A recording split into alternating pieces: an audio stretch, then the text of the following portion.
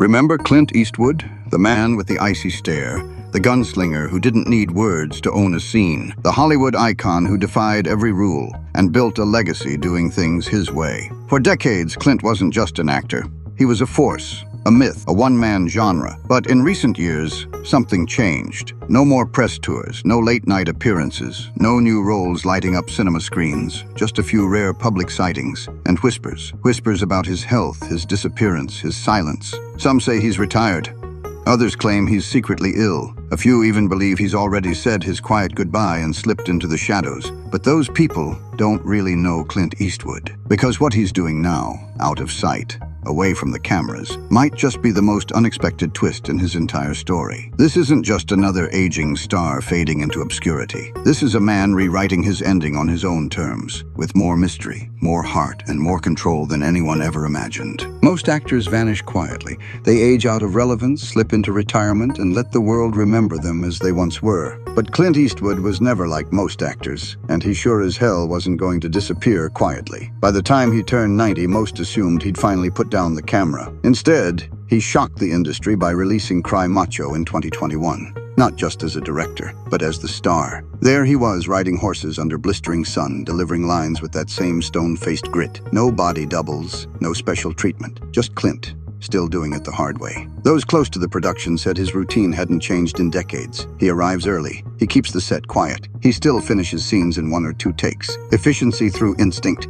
That's how one longtime collaborator described his method. He doesn't waste words, and he never second-guesses a shot. But beneath that quiet discipline is a body that no longer moves the way it used to. His steps are slower now. He sometimes leans against nearby surfaces to steady himself, but he never asks for help, never complains. If anything, it only deepens the respect others have for him. There's something almost haunting about watching Clint direct today. Not because he's fragile, but because he's still powerful, still driven, still sharper than most filmmakers half his age. But even the toughest cowboy can't outrun time forever. And while Eastwood was still commanding cameras, something else was quietly happening behind the scenes. A gradual, unexplained retreat from public life. For a man who once dominated screens across the globe, Clint Eastwood's recent absence has been deafening. After Cry Macho, the spotlight dimmed. Not with a grand farewell or retirement announcement, but with a quiet fade into the background. No red carpets, no interviews, no updates.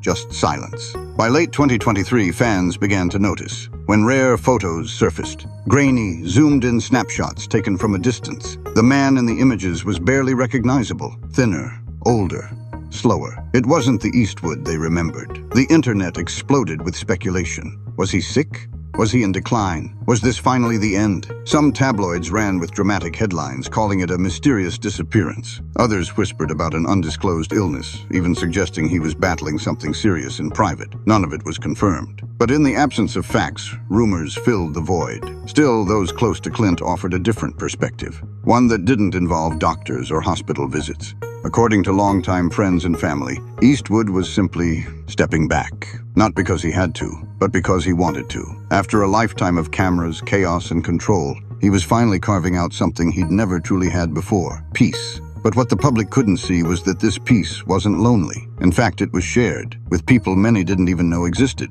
Clint Eastwood built a career on playing men of few words. Loners, outlaws, warriors. But what many never knew is that the role he struggled with most was being a father. Over the years, Clint has had 8 children with 6 different women. For decades, some of those children didn't even know they were part of the Eastwood family. Others were kept out of the public eye completely. In true Clint fashion, he never spoke much about them. Interviews were vague. Birth dates were missing from biographies.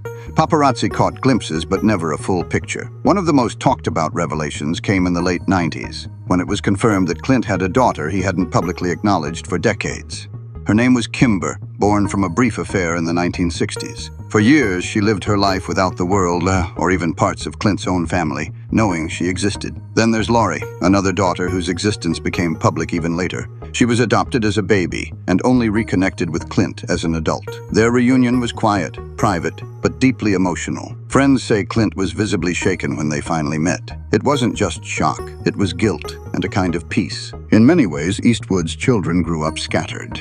some with him, some without. His oldest son, Kyle, a jazz musician, recalls long periods of silence from his father. Allison, an actress and director herself, has spoken openly about the challenges of growing up in Clint's shadow. And yet, despite the distance, all of them now seem drawn to him, not out of obligation, but out of understanding. Scott Eastwood, arguably the most visible of Clint's children, has inherited more than just his father's looks. He's appeared in major films and often speaks about the discipline and intensity Clint passed down to him, but even he admits their relationship wasn't always close. In early interviews, Scott said his father made him earn everything: roles, money, even attention. There were no handouts, he once said, just his example. Over the past decade, something has shifted. As Clint aged, so did his perspective. He's been seen more and more with his children, attending events, having family dinners, even vacationing together. It's a far cry from the solitary image the world once knew.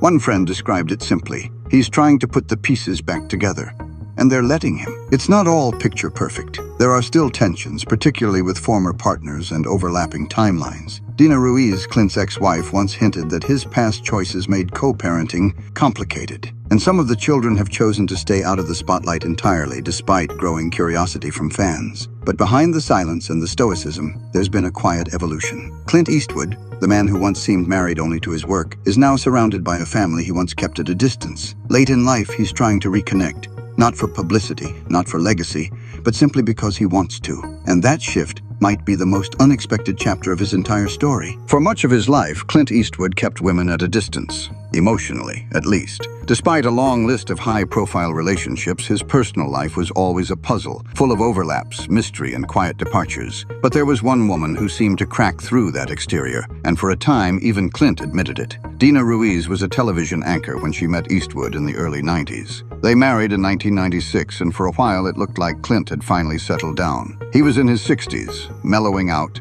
and visibly more grounded. They had a daughter together, Morgan, and unlike some of his earlier relationships, this one appeared stable.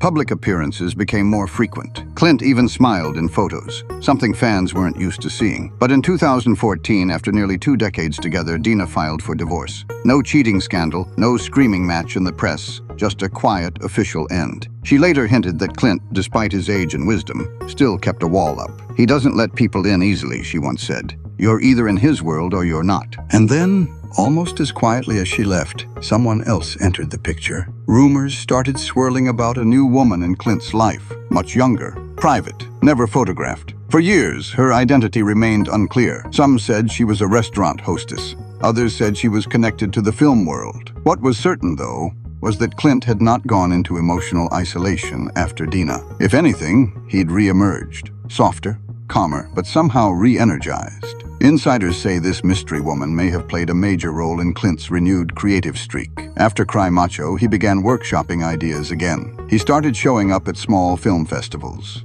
not as a guest of honor, but as a quiet observer. One attendee claimed they saw him scribbling notes during a screening, leaning in to whisper something to the woman beside him. No entourage, no attention, just Clint, watching, learning, thinking. Whatever their relationship truly is, romantic or simply deeply personal, it's clear that she's part of this final chapter. One longtime friend put it bluntly: she didn't change Clint. No one can, but she made him want to be more present. That's rare for him. Of course, Eastwood being Eastwood, he's never confirmed anything. No public statements, no interviews. He lets the rumors swirl while he stays in control, just like he always has. But there's no denying something shifted. And for a man who spent most of his life in command of every scene, that kind of shift doesn't happen on accident. For a man who once stared down villains without blinking, the greatest fight of his life is now one that plays out behind closed doors, with no audience, no spotlight, and no script. Clint Eastwood may still be directing films, but his body has begun to betray the image fans have clung to for decades. The strong, silent cowboy is now in his 90s, and though he rarely admits it publicly, the signs are clear: fatigue, joint pain, slower movement. Even the smallest tasks now require more effort. But in true Eastwood fashion, he refuses to surrender. Unlike many of his peers, Clint doesn't rely on heavy medications or surgeries. He's known to reject most conventional treatments.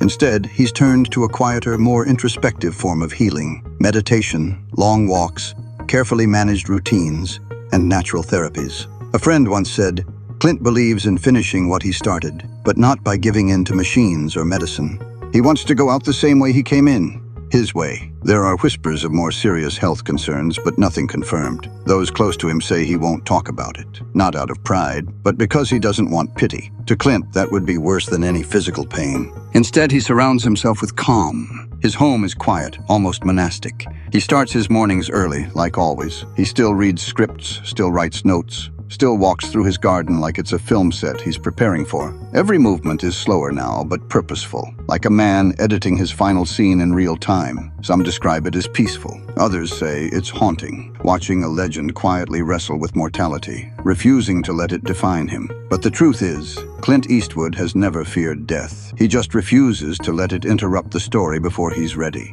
And that determination is about to lead him somewhere no one expected, into what may be his boldest, most personal project yet. In recent months, rumors have surfaced about a new Clint Eastwood film. The project doesn't have an official title yet, and very little is known publicly. But insiders say it's unlike anything he's done before. It's not a Western, not a cop drama, and not a political thriller. It's something far more personal, something that feels like a mirror. The script, according to sources, follows an aging man confronting the echoes of his life, not through action or violence, but through memory, regret, and the weight of time. It's fiction, technically, but for those who know Clint, it's unmistakably autobiographical. Not in details, but in tone, in silence, in emotional gravity. One producer described it as a film only Eastwood could make, and only now. It's being developed quietly, with a small crew, and reportedly being shot close to his home. No major studio push, no commercial hype, just Clint, a camera, and a story that's been building for decades. Some believe this is his farewell to filmmaking, a final bow, a goodbye wrapped in art. And honestly, it makes sense. What better way to leave than by directing your own exit, on your own terms, with no one else writing the ending but you? But then again, this is Clint Eastwood we're talking about. This is the same man who made $1 Million Baby in his 70s, Gran Torino in his late 70s, American Sniper in his 80s, and Cry Macho in his 90s. Every time the world assumed he was finished, he re-emerged with something unexpected.